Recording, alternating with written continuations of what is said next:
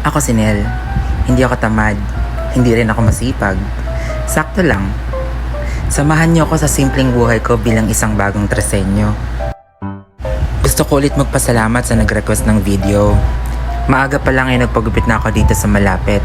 Tapos konting tulog at preparation na. Inuuna kong ilagay ang foundation. Sunod ay magkikilay ako. Kilay is life. Hindi pwedeng hindi tayo maglo-lotion para naman hindi dry yung skin natin. At syempre, ang lip balm para hindi dry ang lips natin. Maglalagay din ako ng fix para naman maayos yung buhok natin. At syempre, ang relo na hiniram ko kay mama. Ganun lang kabilis ang pag-aayos ko. At dahil nga get ready, get set, go with me to, hindi pwedeng wala tayong pa-transition.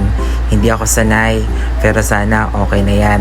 Ngayong araw nga pala ay mag-MC ako sa Gawad Parangal sa Pasong Kawayan 2. Yan din ang dahilan kung ba't nag-ayos ako, kasi hindi naman na ako nagme-makeup.